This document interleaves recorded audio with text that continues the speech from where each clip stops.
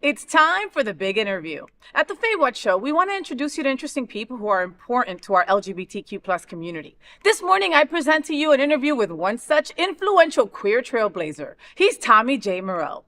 Tommy is the CEO of 3T Fitness Lifestyle. Tommy's a 46-year-old trans man, trauma-informed personal trainer, wellness coach, advocate, bodybuilder, and so much more. Tommy, welcome to the FayWhat show. Thank you for having me. Kiss me, you fool. Mwah! Thank you so much. So Tom, I invited you on the show to talk about 3T Fitness because I was so excited when I heard about it, So let's begin with, what is a trauma-informed personal trainer that you are? Well, trauma-informed fitness just basically means I take in the entire person, right? It's more like holistic training. We take in, your background, your traumas, anxiety, your stress levels, not just like, okay, what's your goal and how do we get there, but who you are as a person as well. Wow. Okay. So are people given like a sheet or something to sign to fill out with all this information? Like, how about if at the beginning when somebody comes to you and says, hey, I have a life fitness goal, right? But I also have a history and I have a past and I've dealt with anxiety and stuff like that. Like, how do you get them to fill this out legitimately and give you all that information from the beginning? I am a slickster. You're a slickster? So, I usually just start talking to them about normal stuff. Like, hey, so what are your goals? What have you tried in the past? And then I get down to your lifestyle. So what are your stressors and things of that nature? And as we go through the training, that's when people start opening up. Oh, okay. Right? So I try not to be so direct, but sometimes eventually when you gain someone's trust, then they start opening up to you. And they're like, man, I don't really feel that well today. I'm like, what do you mean you don't feel well? It's such a broad thing, why don't you feel well? I'll have a stressful day at work. Why are you stressed out at work? And then eventually they start opening up to me. Sometimes people are very, very upfront at the beginning and be like, well, I have depression, I have anxiety, or I have a boyfriend that he's a jerk, he's an alcoholic and stuff like that. So it depends, or someone tells me they have PTSD. Then I really have to not only get my training down with them, but safety is a big issue. And I know to train them closeness to the door because then they want an escape path. They're like, okay, they feel safer. They feel safer if they're by the door, for example. Exactly. And someone who may not want to be in a loud space because that might trigger an adverse reaction. But for the most part, I try to make it feel like it's just a normal fitness routine with a tad bit more awareness. Okay. And you named it 3T Fitness. Yes. Right? What are the three? Are there 3 T's? There okay. are 3 tiers. All right. So I actually named it after the 3 the 3, I guess, pathways to motor learning. Okay. Right? So that's what it was named, but then it's also just like we are mind, body, and soul. So the first pathway is cognitive. When you have the idea or you want to do something, you want to do a squat, you have to think about what you're going to do first. Then you practice it, because a couple times after squatting, you're not going to know what the hell to do. Yeah. And then once you practice it enough times, it becomes automatic. When you walk, you don't have to think like right foot, left foot. You've been doing it since you were a baby. But when you first learn how to walk and you're a toddler, you have to think right foot, left foot. How do I get my balance? And once your muscles know how to fire, it becomes automatic. Same thing with fitness and lifestyle. At first, you gotta think, okay, what do I have to eat?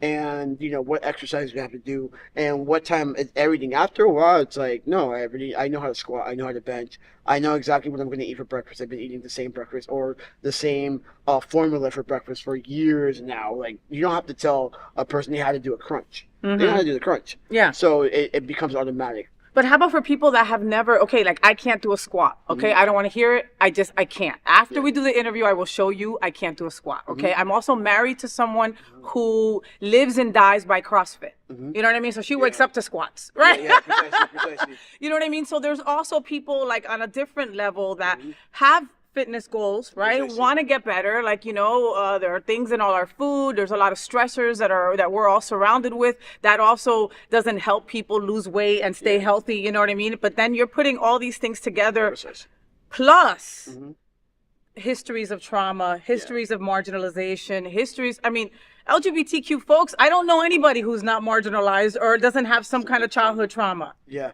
Do you encounter that? Yeah. Just simplify it. Simplify it. A squat is just basically sitting up and down. So you just tell them sit on the chair and get up. You know what I'm saying? Yeah. And as far as the marginalization part, it's just the fact that like if I put 3 trans men in the same room together, now they don't feel so marginalized, right? Or if they come to me and I'm that one person where they can say like, hey, you know, I have this particular problem that's just specific to trans men. I'm like, well, I understand that, you know? Or I have a couple of clients who are cisgender, right? But they have anxiety, and I know exactly how that feels, you know? It's like, bro, like, oh, it's like, and then sometimes the anxiety is unknown. So, for example, I had a client, and I've had him for like a few years now. When he first started training with me, he was anxietied up. He was not taking any medication, not going to therapy, had a very antisocial experience in a very bad relationship, friendship-wise and girlfriend-wise. Wow. So we just started kind of like, okay, dude, how's your day going?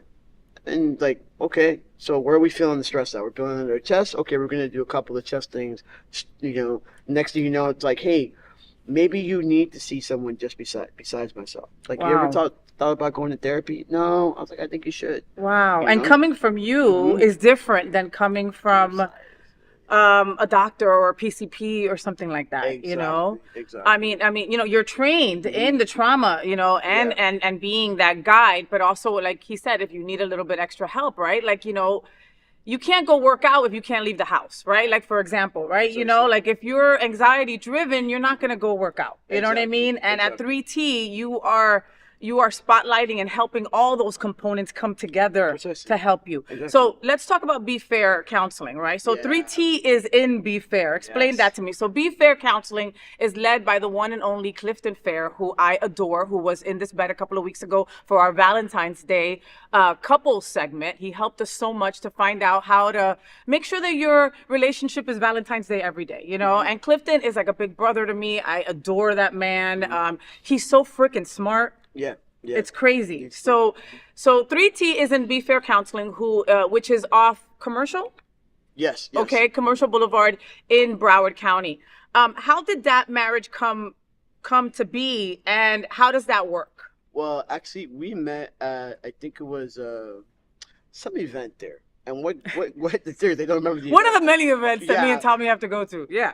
But what caught me was that, like, I had my mom at the event, and I had to go park the car. I left my mom in the front. And Clifton was actually, like, there, and he, like, guided my mom to where she had to sit. Aww. And how he treated my mother was, like, the first, like, okay, I like this dude. Because, you know, someone who takes care of your mom or your boo, you know, right there already's got your heart. Exactly. Mom is life. And then second, speaking of boo, so he's very good, close friends with my girlfriend. And I was like, I know that I wanted to do trauma-informed training, but I wanted to do it with a counselor. Because there have been many times where I've been in the middle of the session and something happens which I am not equipped for. Yes. Maybe sometimes people start crying and like just some movement that we did release something. So I was like, all right, cool. Like, what would it be like if we had a therapist and the trainer in the same room trying to enhance this person's personal training, and not only that, but like their experience. Yeah. Right?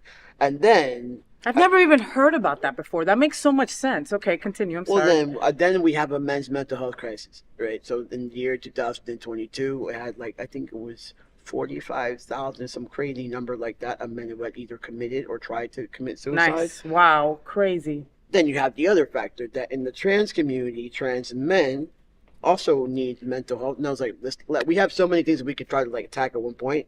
Let's get together and do this. So then we created Strong.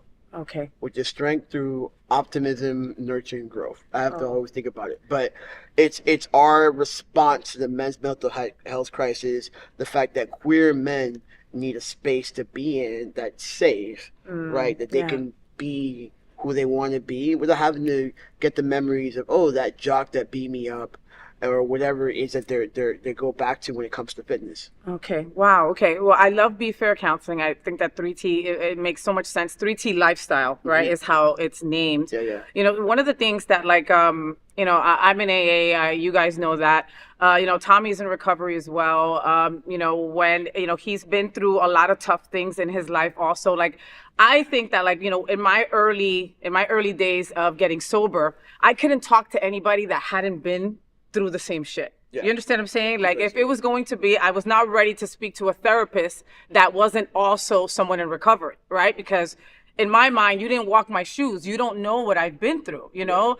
Now you change this to 3T where Tommy has been, you know, as a trans Black man, has been through many things that a lot of our trans men in our community have been through also, you know? And when we go through something in LGBTQ, we automatically isolate. Nobody has been through what I went through. And here's Tommy, like a living specimen of what humans go through and sharing his story to help others maybe go through it a little easier, right? I mean, like, you've been through some shit, Tommy. I mean, your parents are very religious. Your dad, I believe, was a pastor, right? I want to touch on, and I want to be very sensitive to you and what you went through, but you went through some trauma yourself with, you know, what was it named? I'm sorry, what did you say? Transitioning. No, but that also, they were trying to conversion therapy. Conversion therapy. Thank you. I couldn't freaking think of conversion therapy because it's disgusting. Anyway, you had to go through conversion therapy as a younger Tommy. Like, can you tell us a little bit about that? Yeah. So here's the thing. So imagine that you're a queer, Black Latino in a 2,000 member church, right? And you're really fighting with your sexuality and your sexual, like, you're just fighting, period. You're just, you know, by the time that moment came, I had already, like, attempted suicide twice, right? So God, Tommy. I was really, and it was funny because, like, if you see me in person, you'd be like, nothing's wrong. Right? With me. Yeah. Like, look at this tough dude. Nothing could ever be wrong with him. Exactly. So behind closed doors, I was really going through it. And so I actually told my dad, I was like, listen, there's these two people that came to our church, and they're like, no, we can fix you. So I was like, oh, if you can fix me, then I want to be fixed. You were okay with getting fixed? Yeah, I was okay. For your parents or for you? For everything. Okay. For everything. Mom, dad, like, because I also took on the pressure of, like, oh, you're the pastor's kid. You're the pastor's kid. Yes. People are looking at you and judging your dad. And, you know, I'm an only child. So, like, mom and dad were everything. So I went, and I think like the first couple of weeks I was there, I was like, Dad, you know, like, I think I made a mistake. And my dad was like, well, you have to finish it. He's like, you started, you have to finish it. How long was it? That was 6 months in Puerto Rico. Wow. 6 months in Puerto Rico, and then, like, we did, like, 2 weeks in Costa Rica, and then, like, 5 weeks in Nicaragua. And every time I would call my mom and my dad would tell me the same thing: you have to finish it.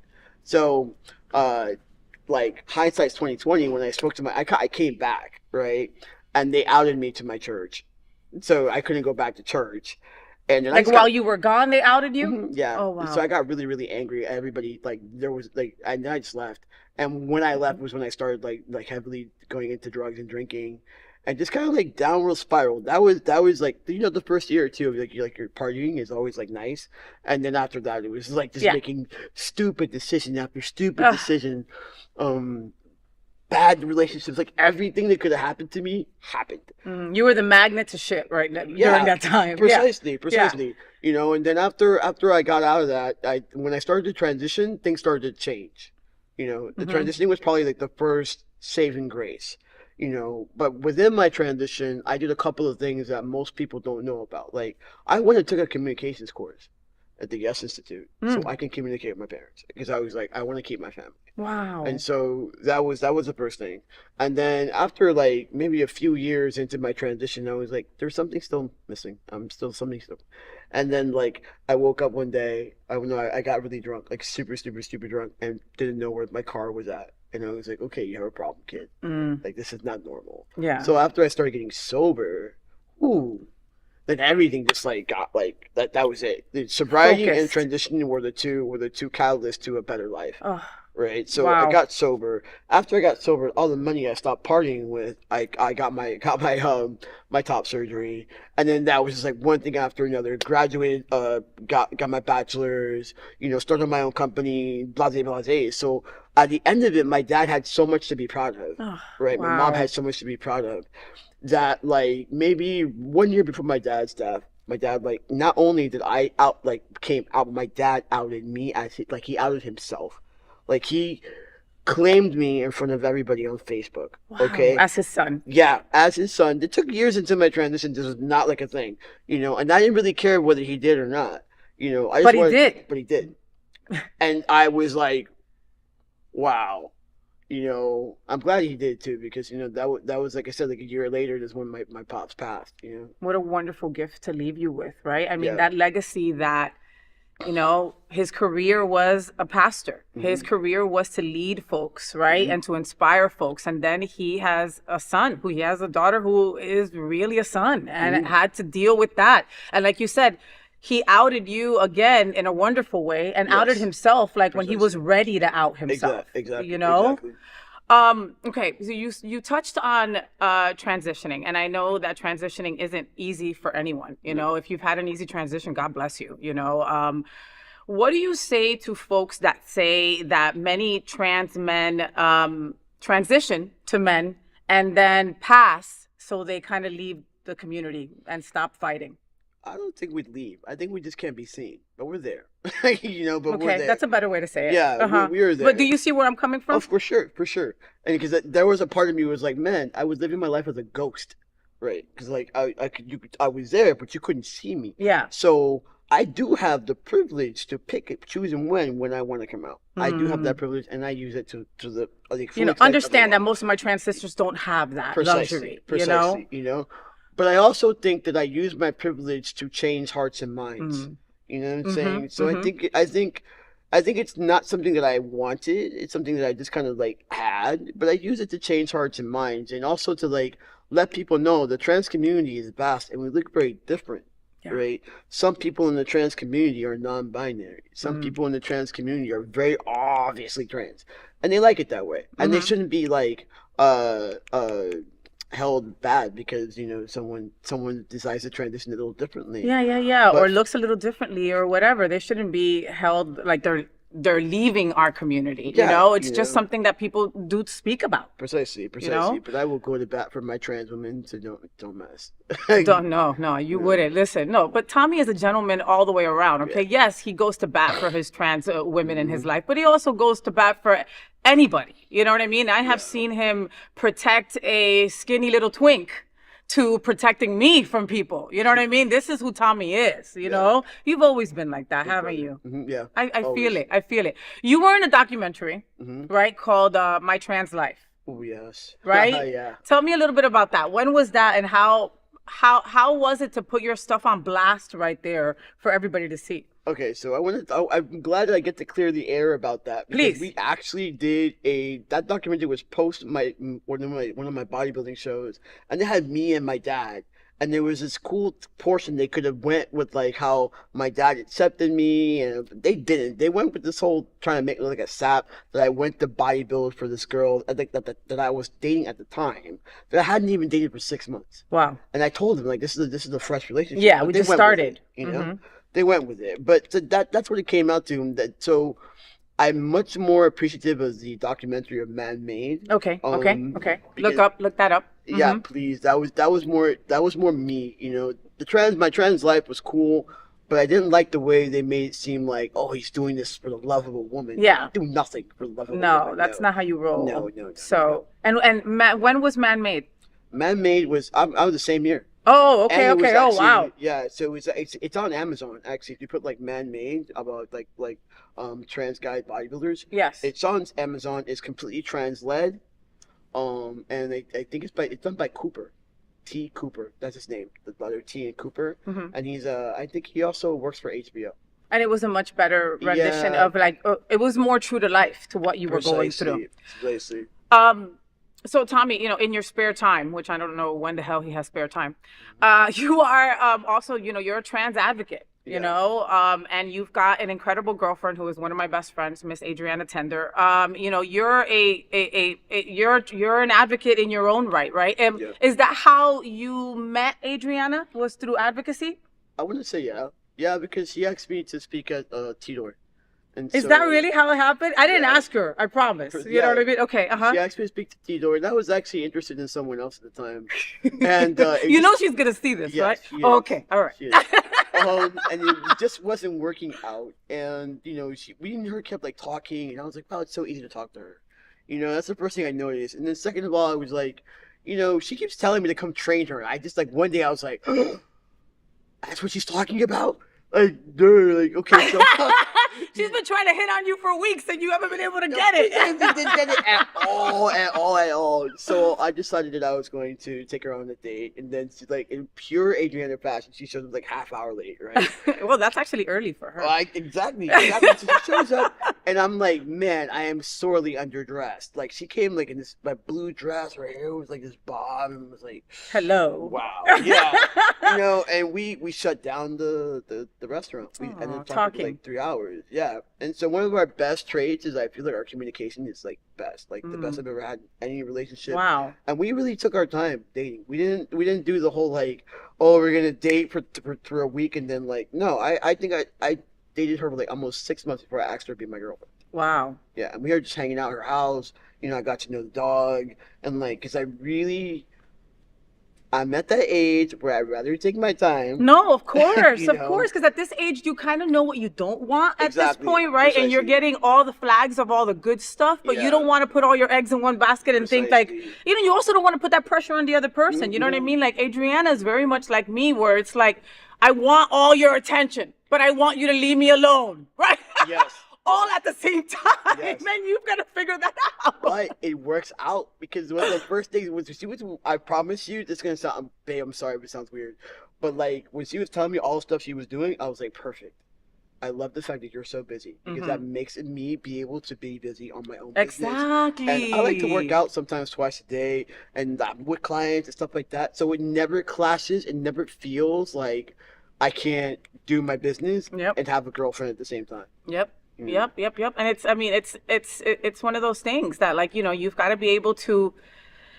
I honestly believe that Tommy and Adriana are one of the most incredible power couples that we have in our community, right? We don't have a lot of couples that both do stuff for our community, right? And these folks do, you know, they eat, sleep, shit our community. It's the truth, you know? It's like, it's rare. Like me and Adriana will talk, you know, a couple times a week, but Sunday it's like, all right, what are you doing this week? What are you doing this week? Let's try to support each other, blah, blah, blah. And it's like, if she doesn't have somewhere to go, which is almost never, oh, I want to go support Tommy doing this, you know? And Tommy, if he doesn't have something going on, which is almost never, I'm going to go support Adriana in the same, you know? Yeah. You know, it's not news to anybody who's in the White House right now, right? You know, has that given you and Adriana like a fire in your ass to be even more of an advocacy couple? More of an activist couple, more of a couple that needs to be doing what they're doing? For sure. Yes, because we need it. And it's a necessity on two fronts though. It's a necessity to advocate and but it's also a necessity to alleviate. You know, one thing I've noticed in watching the news and watching stuff like that is that there's a lot of alarms going off, but not every alarm needs to be paid attention to. So you have to be really calculated where you place the alarm, where you place your anxiety, how much anxiety are you going to be allowed to feel, right? Because one thing that we do as a community, we love to catastrophize, and then we freeze. Yeah, we gloom and doom, and then we freeze like the cockroach in the kitchen when you turn on the light. Exactly. So I'm really, and she does this to me too, like stay out of your fight or flight mode because you can't make good decisions. Yeah. I'll call her and be like, what the? At first couple of weeks, I was like, and she was like, babe, like, come on now. We've been here before. We know exactly what to do. Like, we're going to be okay. And then she was like, the other day I was like, hey, we're going to be fine. Yeah. You know, I was like, me and you, we're good. We're going to be fine. You know, everything's going to be cool. Okay, we have the playbook. The difference between the older generation and the newer generation. The newer generation has the playbook from the older generation. And all along, we play that playbook, we're going to be just fine. And we got to continue to tell ourselves that because they want us to leave. They want us to get like all angsty and that's the way that they give up because because so much is being thrown at us. Like you're saying, you know what I mean? They're throwing so much at us that you get fatigued. You know, or you get overwhelmed where it's like, what can I do? I can't do anything. I'm just a speck. You know, and that's so far from the truth, right? I mean, there are so many organizations that you could be helping out with, you know, volunteer or whatever it is, whatever, you know, time, talent, or tithing. If you got money to give an organization, do that, you know, whatever it is. I want to talk a little bit more about 3T real quick to end our interview, right? Because I want to talk about the trauma-informed men's group, right? Was one of the men's groups that we were talking about initially, right? And that group, the trauma-informed men's group, that is for trans men, cis men, you identify as male, mask, whatever it is, Precisely. you are welcome. Yes, exactly. I need it to be mixed. I need it to be mixed. I want it to be mixed because I want people to hear each other's stories. Yes. Because I feel like if you can hear each other's stories, you can relate. We have to bring our narrative back. 100%. And how can someone sign up for that? If someone's watching right now and going, do I need to be part of this, trauma-informed men's group? I mean, for the most part, like I said, most of us have some kind of trauma. So if you're asking yourself that, you probably should be, right? Let's just be there. Yeah. You know what I mean? How would somebody sign up for that? They would have to call Be Fair Counseling. Okay, Be Fair Counseling. Yeah, you call them and they'll take you like a vetting. He wants to talk to you and ask you a couple questions and see if you're a good fit for the group, and then you're in. Perfect. So Be Fair Counseling is BE and Fair FEHR. Okay, so it's Be Fair Counseling. All right. So that's Trauma Informed Men's Group. Okay, how about Transcendence Supports Group? Okay, so every third Friday of the month, I do run a support group for trans adults and their allies. And that you can go to Transcendence Support Group, MIA.com, and go to the Contact Us. Or you can actually just reach me at the 3T Fitness Lifestyle and just say, hey, I want to be a part of the group. Okay. And again, I vet people a lot because I need to keep my group protected. Of course. But if you let me know that you're an ally and how you got to know me, I know that you're okay, and then you can join the group. All right. So this is a group in Miami, and then you also have a group in Fort Lauderdale. So again, folks, I mean, you're covered. All your bases are covered, one or the other. If you feel some kind of need that you might want to be part of this group, right? You're going to be helping others at the same time by sharing your stories. The support group is it's through Zoom. So you can come in through person or come just hybrid. Even better. Exactly. And I actually do take people from out of town. So there's people all the way from Columbus, Ohio, Washington, D.C., Miami. As long as you're a trans person or trans ally and you feel like you need to be not only supported, it's an empowerment group. So one cool thing about my group, and you can ask anyone that goes, is that people actually feel better coming out than they came in. Oh, and that's the thing, okay? You're never going to walk out of one of these groups with less than what you came in. Yes. Ever. Yes. Fellowship is so key, right? Getting together in a group and hearing that other people feel the same way that you do, it's so refreshing. It's so helpful. It's healing, right? I always say that for my AA, my drunkenness, my alcoholism got me in the door, but the fellowship is what kept me there. Precisely. I would have never, ever stayed sober if it wasn't for those crazy ass people in those rooms. Yeah. You know what I mean? Because those crazy ass people are crazy like you. And I mean crazy in a nice way. Please don't take that personal. You know what I mean? People that have been through things. Exactly. We've been through stuff. Yeah. Our community has been through more things than the average Joe. Sometimes you really can't have these conversations with your next door neighbor. You know what I mean? Who's still on the fence trying to see, I just didn't vote. I just didn't vote this year because I didn't know which way to go. Those people, you can't talk to those people. No. Tommy, any advice for people who want to get healthy in mind, body, and spirit and just think that they can't do it? They did the resolution in January. Here we are in March. You know what I mean? I can't get out of bed. I'm too fat. I don't want to get on those injections. What do you say to this person? It's never too late to restart. Every day is a new day. I love that. Never too late to restart. And how do you start? You just take the first step. And the first step doesn't have to be a big step. It could be a small step. Just start. You start some momentum. Make it maybe like a 5-minute, 10-minute walk. It doesn't have to be this whole big thing. Fitness is the lifestyle. And it can go just about any way you want to. It is a big conglomerate of different things we're doing every day. Yeah. So yeah, just go for a walk. Maybe don't eat as much as you used to. Drink a tad bit more water. Decide you're going to sleep a half an hour, maybe 15 minutes more. Go meditate for 2 minutes. But start. Eventually, once you start, there's that positive affirmation. Hey, I started. I did 2 minutes. Oh my God, that's cool. Let's see if I can do 3. Oh, cool. If you do that for 60 days, you'll do that for an hour. And that's amazing. But you see, start again. Start over, right? I have a handful of sponsees in AA that I guide through the 12 steps of Alcoholics Anonymous, and I love them. They're my babies. But we all have tough times, we all have a bad day. And I tell them sometimes when they're just, I can't anymore. I'm thinking about drinking. I can't. I go, start all over. Go take a shower and change your clothes. Pretend that, I don't give a shit if it's 6 p.m. Yeah. We're starting today over right now. Yeah. And you're allowed to do that. I restart my day quite often. Sometimes I change. Like, Faye, did you change your outfit 4 times today? It was one of those days. Yeah. You restart like, oh my God. Let me go take another shower. Like, don't know. It did happen. I'm just going to restart. Listen, but sometimes you have to, just not to kill people, Tommy. I mean, come on. You know what I mean? It's like, it's, you know, like if you don't get this under control, at least for me, for this alcoholic, right? It prevents homicide and suicide, okay? For me to get this in order. Yeah. You know, I mean, and like I tell like a lot of my friends, like, you know, suffering is optional. You don't have to suffer, and you don't have to suffer alone. You know, I mean, Be Fair Counseling. Go check them out online. You know, go give them a call. How about that? Okay, talk to someone at the office and start your process. Right? Yes, I'm gonna do it today. But do it today. All right. So thank you, Tommy M. Thank you, Tommy Murrell. Thank you, Tommy. I love you so much. Thank you for being in bed with me. It really means a lot to me that you. Don't tell her you had it though. Yeah, she already knows. Look into that camera and give them your best FayWhat. FayWhat! FayWhat! Yes, to know more about 3T Fitness Lifestyle, follow Tommy on social media under Tommy _J _Murrell or on his website, 3tfitnesslifestyle.com, right?